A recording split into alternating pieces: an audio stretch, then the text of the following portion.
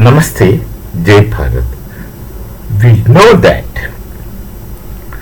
the Iran America talks, sorry, not Iran, IRGC. It's not Iran, it's IRGC. Let me be specific. The IRGC America talks will reach nowhere. Both are tired of fighting, that remains a fact. But then their kind of peace discussions, if any, reach nowhere. Not just because the nitwit Pakistanis are mediating, actually Pakistanis are not mediating at all. Qatar did whatever mediation possible. Pakistan wanted to take credit to tell their own people that they are some great people in the world, and their people are really foolish enough to accept or believe that. That's what they had been doing. One of the stumbling block, of course, the main stumbling block is the uranium enrichment program, etc. That had been a long time pending issue. Another thing is, if IRGC do not want Hezbollah to be attacked, Hamas to be attacked, etc., etc. Now, interestingly, if you see, Lebanese army, along with IDF, Israeli Defense Force, are attacking Hezbollah. Lebanese army. It's in the land of Lebanon. One wonders how Lebanon is permitting these insurgents to exist in their sovereignty as a proxy of Iran. So Iran do not want to fight themselves. They have proxies. And one proxy is Hezbollah, and there is Houthi, and there is Hamas, etc. I do not know how many more are there in the list. But the point is, IRGC has many proxies. And these proxies are really terrorists. Terrorists. And psychology of terrorists is that people make a living out of terrorism. Shortcut, luxurious living.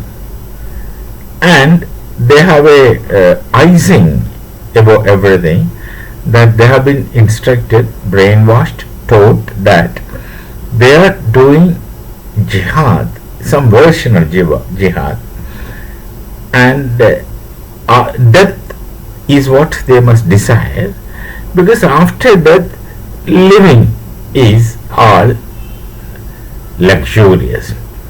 72 woods and wine flowing rivers. Now, these kind of promises are more than sufficient to distract, lure, and make nitwits do anything. The promises of reward after death is tremendous. At the same time, this is a double-edged thing. On the one hand, there are many promises of rewards, and on the other hand, there is severe threat of punishment. These two things work together to make terrorism happen, whatever they call it, jihad or whatever. Kill a kafir is going to make you great.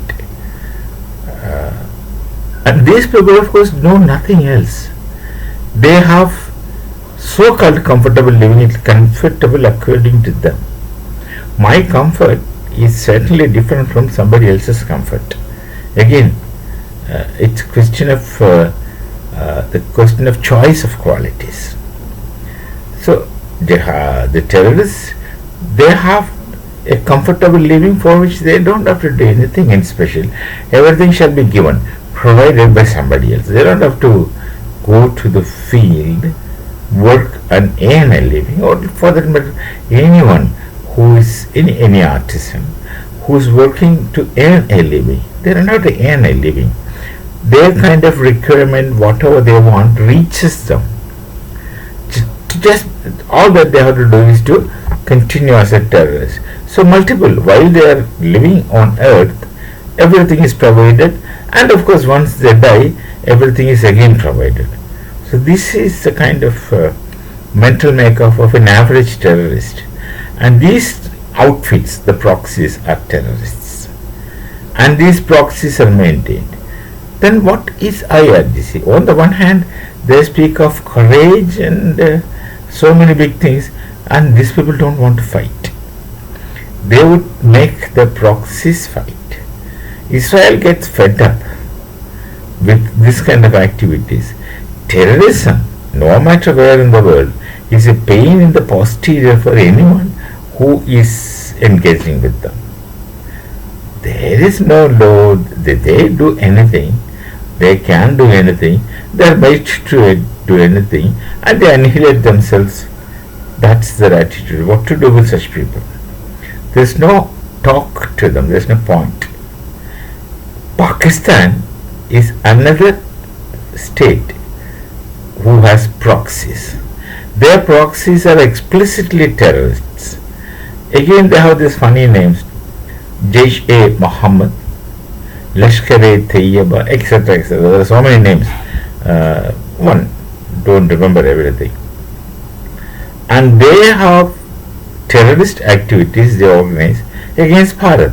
For Pakistan, their principal enemy is Bharat, because they used to be one of us, who went away from us for the sake of Islam, and they think they are the best Islams in the world. They practice the best kind of Islam in the world, they believe. They teach the same thing to their children. So everybody in Pakistan thinks they are the best kind of Muslims in the world. Whatever they do is the best. They are number one. Their army is number one. Their everything is number one. That's what they are told, taught, brainwashed to believe it. Pakistan do not know what they are doing, and predominantly they have low IQs based on various reasons. So they have these proxies. They also speak of greatly of courage. To speak of courage, they speak, we are the descendants of, so many names. Sometimes they say they are descendants of Arabs. Then sometimes they say they are descendants of Turks. Sometimes they say they are descendants of Persia. And recently they want to reclaim their heritage with the Sindhu. So in the Harappan civilization, actually it is wrongly called as Indus Valley civilization. It is Harappan civilization. They want to say that the Indus people, their identity question is always at stake. So naturally it keeps shifting. These are the great courageous people. Actually, they cannot fight a battle. They cannot fight a war. So they have these proxies. They won't dare. They don't have that courage to face the army of Bharat. So they will send terrorists, and some terrorist attacks, when it happens in Bharat, they are very happy, though they may not explicitly claim victory. And whatever conflict trifles that happen between Bharat and Pakistan, they always claimed success, etc. Simply talking about things that last time Operation Sindoor, they claimed that 8 Rafales they have shot down. Not a single Rafale is shot down, as a matter of fact. Now why should why should Bharat bother to clarify things to others? Let them keep claiming. And for every other word, they have this nuclear threat at the tip of the tongue, that we will bomb you, we will nuke you, this and that thing. That when someone says repeatedly that we will nuke you, it gives a serious doubt. Do they at all have nuclear warheads, or have they already sold it to somebody else? They have that nature. Or are they capable of operating nuclear weapons? That also is a question. So proxies, they survive and claim victory because they can't do anything of themselves. This is the story of proxies. Be it Iran, be it IRGC, I am not calling Iran, be it IRGC, be it the Punjabi Pakistanis, Pakistani Punjabis. And incidentally, before concluding, I would say there's nothing in common between a Punjabi in Bharat and the so-called Pakistani Punjabi. I consider them not as Punjabis, because personally I I'm a student of Punjabi University. I did my graduation from there. I lived with the Punjabis. 6 Punjabis include 6 Jains. There are many others. And the kind of Punjabis that we know are entirely different from the kind of Punjabis that we see it in Pakistan. They don't even speak proper Punjabi. The Punjabi is highly adulterated, diluted, number one. Number two, they don't write the Punjabi script. Even Kashmiris don't write the Devanagari script. Punjabi is a language which has its own script and literature. None of this Pakistani Punjabis have. They don't use original Punjabi script. It's repugnant. It's repugnant to call those people as Punjabis. They are hybrids of nothing. So that's a situation. People have no identity and they don't face things. They try to manipulate things through proxies, be it the IRGC or the Punjabi Pakistanis or any such people all over the world. But these two are prominent in front of us. We shall wait. Namaste. Jai Bharat, Jai Sri Ram.